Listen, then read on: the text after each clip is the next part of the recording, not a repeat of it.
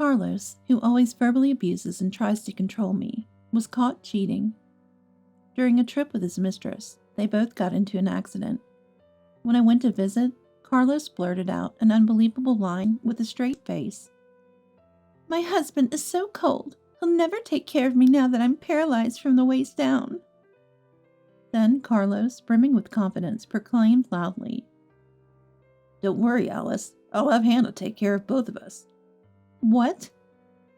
Carlos turned to me, clasping his hands together. "Please take care of us." "I'm asking you to." "Let Alice decide on the interior. You just need to quietly do as we say." "Carlos is strict with Hannah." "She's just a housekeeper after all." Their outrageous words ignited a deep anger within me. "Take care of you, you say? What are you even talking about? You didn't wash a single dish when I broke my arm. Why don't you ask your mistress?" I am Hannah Johnson, a 52-year-old homemaker. I live with my husband Carlos and his stepchild Percy. Carlos seemed hardworking and sincere when we dated, but after we married, he turned out to be a typical henpecked husband. I was confused, but Percy, who lost his mother at a young age, adored me like his real mother. The bond between Carlos, Percy, and me was so endearing that I couldn't break it, so I decided to wait and see, hoping that someday Carlos would change. The first time I felt something was off was 2 years after our marriage. When Percy entered 4th grade, I had more free time and thought about starting a job. Carlos, having attended a prestigious private university, planned to send Percy to prep school and tutoring since kindergarten. Many of my mom friends were considering prep schools for their kids too. Inspired by them, they began working to save for education costs, and I wanted to follow suit. Above all, staying at home, just doing housework and childcare, felt like I was cut off from society. Hey, Jane and Nancy started working part-time. Maybe I should apply too. If I work as a cashier at the supermarket, I could be home by afternoon. When I brought it up to Carlos, who had just returned from work, he inexplicably got angry. "Are you saying my salary isn't enough?" "I'm not saying that at all. You're a chief and earn a good salary for someone in your 40s, and I appreciate that. But if Percy wants to go to college, we'll need to save more." I couldn't understand why Carlos was getting angry. I tried to reason with him in a calm voice, not to be drawn into his agitation. "My salary should be enough to get by." "For now, yes, but if Percy wants to go to college far away or live alone, we won't have enough." "He wants to go to the same college I did." "That's because you've talked to him a lot about it. His feelings might change when he's in 9th grade. Plus, we need to save for retirement." Carlos frowned unhappily. "Do you, a housewife, want to live in luxury? I already let you go to the hair salon and buy clothes. You have plenty of freedom." "With your permission every time. Yes, I want more financial freedom." Carlos looked at me suspiciously. "Are you having an affair?" "No, I'm not," I retorted immediately. The conversation was veering off course. "We're talking about Percy's education funds, or do you just hate the idea of me working?" I asked, puzzled, and Carlos looked displeased. "Of course, it's like saying I can't provide for the family. People won't think well of me." "What era are you living in? No one thinks like that anymore. I'm healthy. We don't have small children or family members needing care. I get envious hearing mom friends starting work." "What happens in other houses is irrelevant." Carlos raised his voice, crossed his arms, and looked down at me smirking. "Someone as slow as you couldn't possibly do a job properly. You can't even do housework perfectly, let alone balance it with a job." "What? If I start working, of course I'd expect you, Carlos, to share in the household chores." Carlos shouted back. "What? I can't even relax at home. How much do you want to make me work? Are you a demon?" "I'm trying to balance work, housekeeping, and parenting. It's hard to do it all alone. That's why I need your help, at least on weekends." "The idea of making your husband do housework is wrong. The wife's job is to keep the house in order so the husband can focus on his work. And you can't even do that perfectly, yet you want to work? What are you thinking? Fine, never mind. I got fed up and ended the conversation. There seemed to be no hope of working outside. I gave up on convincing Carlos and continued as a housewife, focusing on childcare and housework. A few years later, when I went shopping by bike to the local supermarket, I swerved to avoid a cat that darted out from a corner and crashed into a lamppost. My right arm was in severe pain, so I abandoned shopping and went to the orthopedic clinic. It was a fracture with a recovery time of 1 month. Percy, now in 9th grade, saw my condition and looked troubled. Wow, that looks painful. I'll help with the housework as much as I can, Mom. You shouldn't overdo it. Thank you, that's a big help.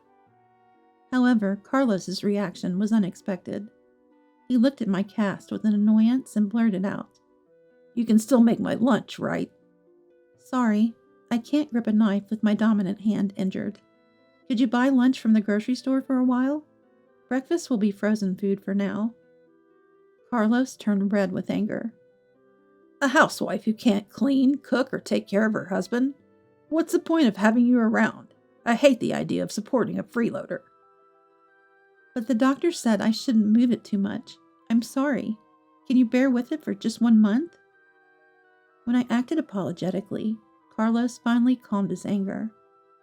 It can't be helped. Kicking out an injured person would leave a bad taste. Be thankful for my kindness in keeping a useless person like you around. His arrogant words were frustrating, but I just smiled thinly and didn't argue. Then Carlos really just left me at home, not even bothering to wash a single dish he used. I managed to get by until the cast came off, with the help of the kind Percy. I kept quiet about my injury, even when my mother Molly called from home. I didn't want to worry her. Your aunt passed away. Come back home for a while to take care of some things. All right, but it's a 2-hour flight. I'll find some time to come back soon. I replied, and, after the cast was removed, I used visiting my mother as an excuse to return home. With college admission looming, Percy was studying hard every night at cram school and attending special lectures during holidays. I tried to support him within my capabilities, preparing stomach-friendly late-night meals and gathering information about his desired universities. One day before the holiday, Carlos came back from work and seemed unusually cheerful. Man, I've got a business trip during the holiday. It's really busy and troublesome. I immediately understood. It must be a trip with his mistress. For a few months, his overtime had increased suddenly. He started caring more about his appearance, and trips out of town became frequent. Recently, he even took his phone to the bathroom, which seemed odd. That's tough. Los Angeles? New Orleans? Seattle, but it's not for sightseeing. Don't expect any souvenirs. I won't be buying anything. Carlos becomes talkative when he lies. He never brought back souvenirs from business trips before. I almost laughed. As Carlos happily packed his brand-name suits and shirts into his suitcase, I said pointedly, You seem quite excited for a business trip. I'm going to play golf with a client. He's a good match for me, and I'm looking forward to dinner too. Oh, really? There was even a Seattle guidebook nearby. His blatant lies angered me, so after Carlos left, I spread out divorce papers on the dining table. Recently, while Carlos was asleep, I unlocked his phone using his fingerprint and confirmed his exchanges with his mistress. Messages like, You're the only one for me. We need to be careful not to get caught by your wife. And let's lie about a business trip and meet at a hotel were undeniable. I took photos of the messages and sent them to my phone. There was no escaping this evidence. But with limited proof and not wanting to disturb Percy before his exams, I planned to confront Carlos about divorce after gathering more evidence, like photos of the two together. While cleaning, an unknown number called my mobile phone. Suspicious, I answered. and it was from the emergency center of the city hospital. Are you Mrs. Johnson? Yes. Mr. Johnson has been in a car accident and is seriously injured.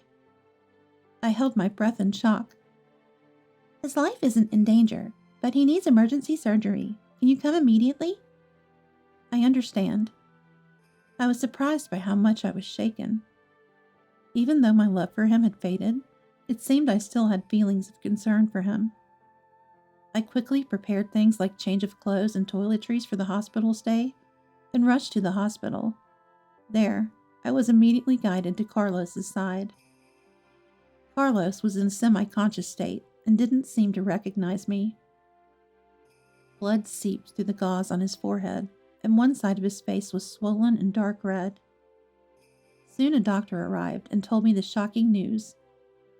We did a CAT scan earlier, and Mr. Johnson has damaged his spinal cord. Even with surgery, there's a high likelihood he'll be paraplegic. What? Please proceed with the admission formalities immediately. Understood. As I stepped out into the hallway, a police officer was waiting. He wanted to hear about the accident, but the person who was in the car with Carlos and the person he collided with were both unable to speak. As the officer was leaving, I took a chance and asked, What about the person who was with him? It was a woman in her 30s. Ah, as I thought. Even though I expected it, I felt a slight shock. It must be his mistress. That night, Carlos underwent surgery to repair his spinal cord injury. While some functions were restored, he was left with lower body paralysis. I took care of the admission and attended the surgery, but after that, I couldn't bring myself to visit him and asked Percy to do it. However, there was a day when Percy couldn't go, so I packed Carlos's clothes in a bag and went to the hospital room. Carlos, whom I'd met for the first time in a month, seemed surprisingly cheerful. I was shocked because I thought he would be upset about being paralyzed. He had started rehabilitation and was expected to be discharged next month. That meant we needed to remodel the house. Our old house had steps and narrow corridors, making it quite inconvenient for wheelchair use. We would receive disability benefits, and Carlos could switch to remote work, so money wasn't a problem. But the thought of having to take care of Carlos in the future weighed heavily on me. With this situation, it seemed hard to bring up divorce, like abandoning an injured person. I was about to just hand over the clothes and leave when Carlos invited me to the lounge. I'll treat you to a coffee as a thank you for coming. No, that's okay. Don't be shy. I thought maybe he had gone a bit crazy from hitting his head, but when we got to the lounge, the mystery was solved. In a deserted room, a woman in a wheelchair just like Carlos was waiting for us. Alice, it's been a day. Carlos, I've missed you. It's hard to meet with all the tests and rehab. Carlos's sloppy demeanor made me tighten my expression. So, this woman was his mistress. They must have had the accident while on a date. I watched them hug each other, leaning forward from their wheelchairs with a feeling of disbelief. What was Carlos thinking? Introducing me to his mistress? Carlos is lucky to have such a kind son. He'll be in good hands after discharge. Alice sighed. My husband is so cold. He'll never take care of me now that I'm paralyzed from the waist down. Then Carlos boldly proclaimed, Don't worry, Alice. I'll have Hannah take care of both of us. What? In front of a stunned me and Alice, Carlos turned to me, clasping his hands together. Please, take care of us. Oh, right. Taking care of one or two. It's all the same. Alice, convinced, mimicked Carlos and clasped her hands together. Please, I'm asking you too. And while you're at it, make the room cute when you remodel it for wheelchair access. I absolutely refuse to live in a room with bad taste. Right. Hey, let Alice decide on the interior. Your taste is the worst. You just need to quietly do as we say. Carlos is strict with you, Hannah. Of course, she's just a housekeeper. Their conversation ignited a fierce anger within me. Take care of you, you say? What are you even talking about? You didn't wash a single dish when I broke my arm. Why don't you ask your mistress? I coldly retorted, and Carlos and Alice stared at me in surprise. Hey, what are you talking about? Alice can't take care of me either, since she's also paralyzed from the waist down. Carlos frowned and then came up with an idea. Ah, my bad for not introducing her properly.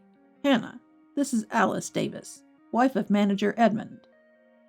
I know. Nice to meet you. I'm Alice Davis. Alice greeted me with a sweet, coquettish voice and turned to me. Hannah, are you misunderstanding something?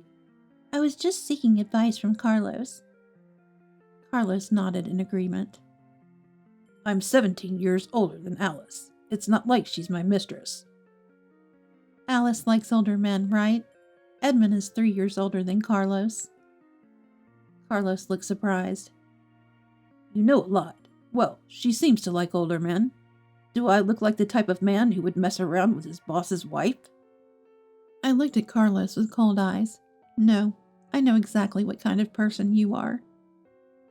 Unaware of my disdain, Carlos passionately spun his big lie. See, when Edmund invited me to go golf, I visited their house. Since then, I've been giving Alice advice occasionally. That's right. Carlos is so reliable. I end up talking to him about all sorts of troubles with my mom friends.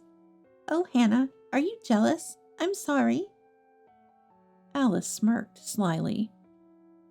Interesting. In our 10 years of marriage, whenever I complained to you, I got yelled at, and when I sought advice, you belittled me. That's because your problems were too trivial. I thought they weren't worth my attention. Carlos muttered his excuse. This time, we just happened to meet on the street. We had time before her train, so we were moving in the car to find a place to talk comfortably. Then, unfortunately, we got involved in the accident. It was a disaster for us, wasn't it?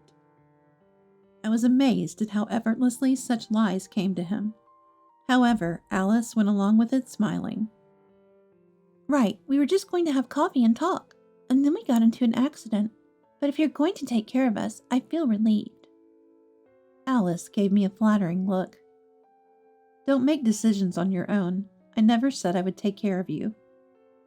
I stated this clearly, and Alice responded with a mocking laugh in a low voice. But Hannah, you're taking care of Carlos's son, right? If you can care for a child not related by blood, surely you'd be happy to care for me, the wife of a manager. Exactly, Hannah. For the past 10 years, I've been supporting you. So as a way of repaying me, you should take care of me and, of course, Alice. Their nonsensical reasoning left me speechless.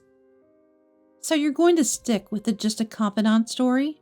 Don't be ridiculous. Even middle schoolers can come up with better excuses. I glared at them and spat out. Why don't you just admit it? I was having an affair. What affair? Where's your proof?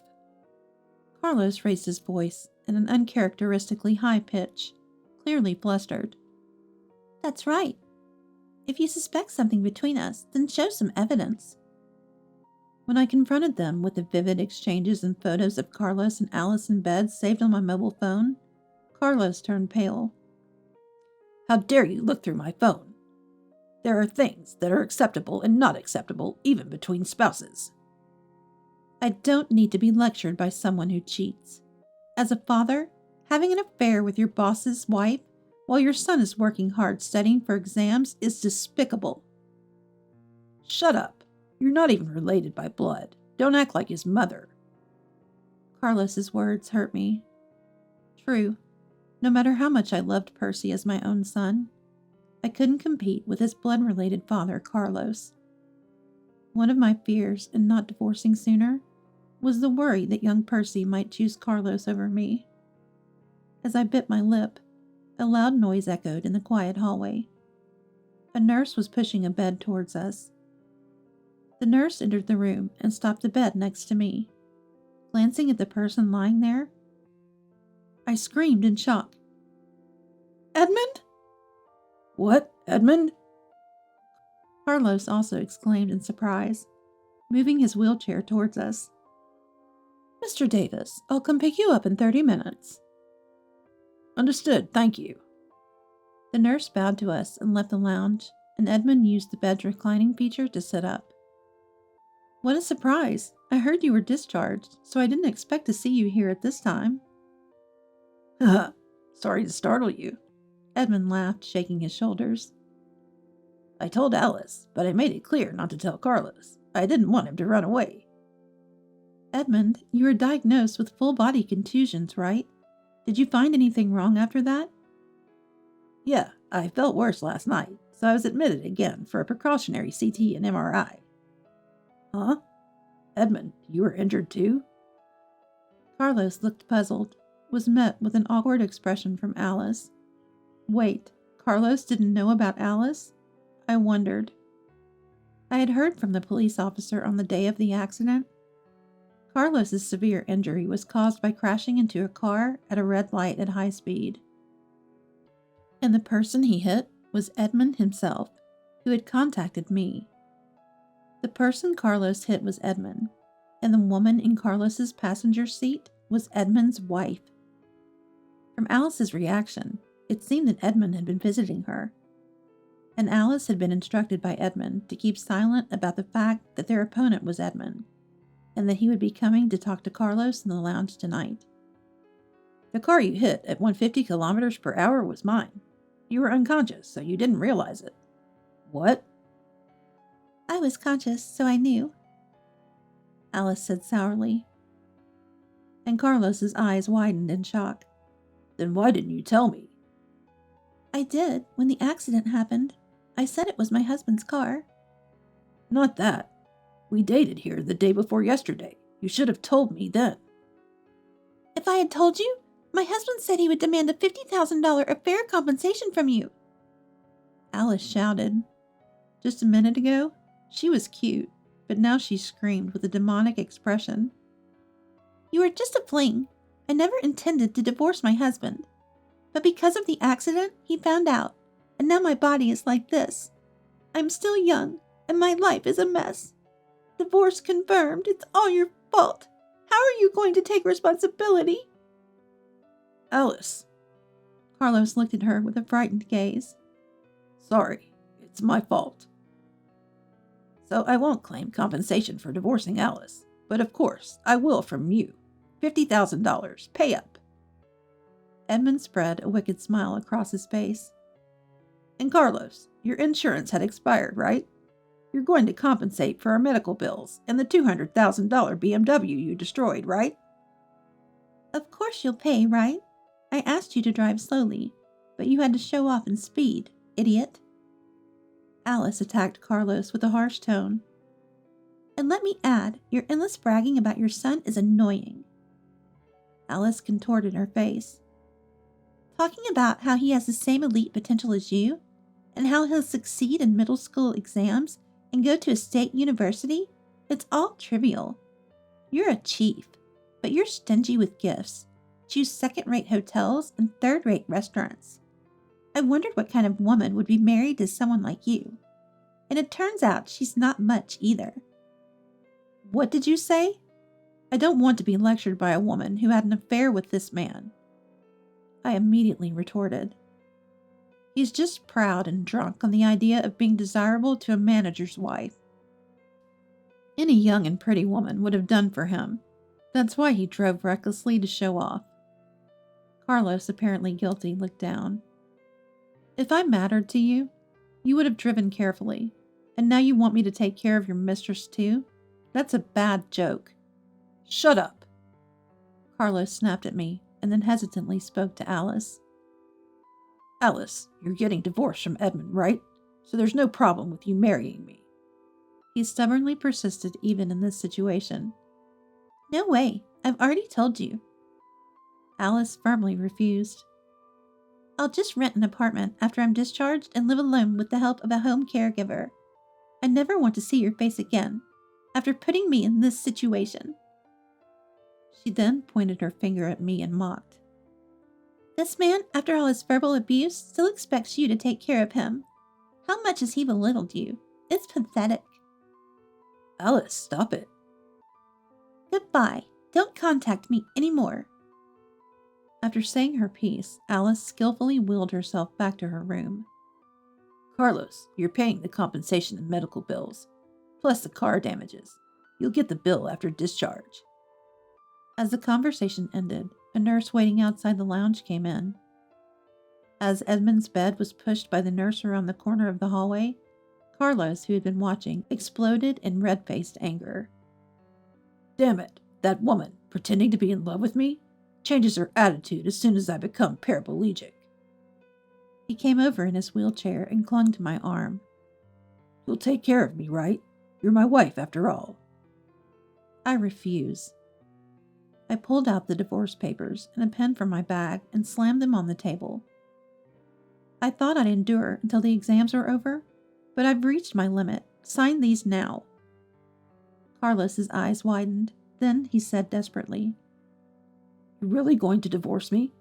After I've taken care of you for these 10 years? This is how you repay me? Who took care of whom? I countered Carlos. Do you remember what you said when I broke my arm? If you can't even take care of your husband, there's no point in you being here. I hate the idea of supporting a freeloader. Be grateful for my kindness in keeping you around. Even thinking about it now, those were horrible words. I let out all my pent-up frustration. You didn't even wash one plate you used, and now you want me to take care of you because you're paraplegic? Don't joke with me. Carlos grimaced. Your injury was your own carelessness. I don't have to cover for you. Well then, since your injury was also due to your carelessness, I don't have to take care of you either. Fine, I get it. I'll sign. Carlos signed the divorce papers in resignation. Don't come crying to me for a remarriage later. Yeah. Percy? What's wrong? Visiting hours are almost over. I was puzzled as Percy rushed into the lounge. Without answering, Percy ran to Carlos and raised his voice, which was unusual for him. Dad, the college entrance funds are gone. Do you know anything about it? Yeah, I used them. I was speechless at Carlos's nonchalant admission. Percy's gentle face turned into one of anger. Are you serious? It's crazy to take money from someone else's savings. Did you spend it on your mistress? I asked incredulously, and Carlos admitted it easily. Yeah, what's wrong with a parent using their child's money? Both Percy and I stared at Carlos in disbelief. Do you realize what you've done? I can do whatever I want. I'm the father. Carlos smirked, and I felt disgusted. How are you going to live without me? Do you think any company will hire a 52-year-old housewife? Wait, Dad, didn't you know? Percy said with a hint of disbelief. Mom inherited $1 million from the aunt who passed away recently. Huh? What? Percy, it's too early to tell. I said with a laugh. Well, that's the situation. Oh, but I'll still claim the compensation, so make sure you pay it. Fine. Percy, I'm counting on you when I get discharged. Carlos, trying to hide his shock, smiled at Percy. Even if we're divorced, the bond between parent and child remains. You'll take care of me for the rest of my life. No way. You used up my money and still ask for my help? What kind of nerve do you have? Percy smiled coldly. Besides, I'm going to a university far away. What? You're supposed to go to my alma mater. I changed my course a long time ago. I tried to tell you, but you were too busy to listen. No, Percy. He was too busy flirting with his mistress. Right. In the end, the family didn't matter to him. That's not true, Carlos exclaimed in panic. I've always cared for you guys. Sure, I had an affair and spent the savings on that woman. But you're the most important to me. I've worked hard and given all my salary to Hannah." "That's expected. Nothing to brag about," Percy stated firmly. "I've always hated how you treated Mom harshly since I was a kid." "Really? I didn't know." "Of course. I prefer my parents to get along. In my friends' houses, everyone does dishes and cooking, but at home, you'd boast. Mom loved me, who's not even her blood, and I loved her back. Why did you treat her so badly, Dad? Didn't you marry her because you loved her?" "Percy." "I saved most of my part-time earnings, and you just used them up. And now asked to be taken care of? You've always been cold to Mom, too. It's unbelievable." "Percy, did you really think that about me?" Carlos looked shaken. "Weren't we always close, you and I? You like me more than a mother who's not even blood related, right?" "Even if we are blood related, I don't need a father like you. Mom's enough. I know it's tough with your condition, but I don't want anything to do with you anymore. You'll have to manage on your own." "That's right. You lack too much awareness as a parent. It's sad to be disowned by your own son." Leaving a stunned Carlos in the lounge, Percy and I headed home together. Carlos, who had frivolously cheated with his boss's wife, was now divorced by me, abandoned by Percy, and left utterly alone. Additionally, he was burdened with the vast debt of paying Edmund's compensation, medical bills, the cost of the BMW, and reimbursing Percy's college fund. After his discharge, Carlos, overwhelmed by his debts, went to Edmund's house to apologize and beg to keep his job. Thanks to Edmund's leniency, Carlos wasn't demoted and resumed work remotely, but the rumor of his affair with Edmund's wife spread quickly. He was gossiped about whenever he went to the office and eventually found it unbearable, leading to his resignation. Carlos, having lost his job, asked his relatives for money. Initially, they sympathized with him, but after learning he had spent Percy's college preparation funds, they criticized him. Eventually, Carlos's brother-in-law, known for his strictness, took him in, intending to re-educate him. Alice, divorced and kicked out of her home, rented an apartment from a relative and started living alone. She reluctantly began working on a computer, relying on home caregivers during the day. However, due to her difficult personality, she constantly quarreled with them.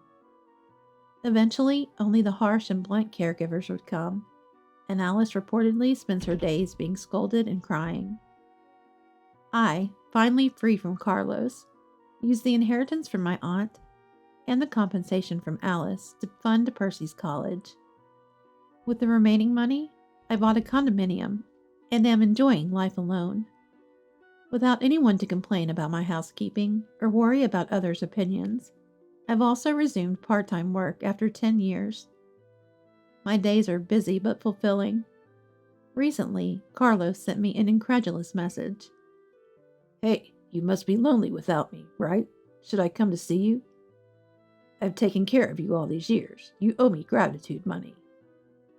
I refused his persistent requests, but he must have asked Percy for my address, as he eventually showed up in a taxi outside my condominium, loitering around. I called the police and he was arrested. In the end, it was just a filing of charges, but it turned out he had been loitering around Alice's apartment too. The brother-in-law, furious when he came to pick up Carlos from the police station, placed Carlos under house arrest. Carlos now spends his days working on a computer from early morning to late at night, tirelessly repaying his debts. Percy, taking his father as an example of what not to be, is diligently studying and enjoying his university life. Though not related by blood, Percy is like a son to me. I look forward to warmly watching his continued growth.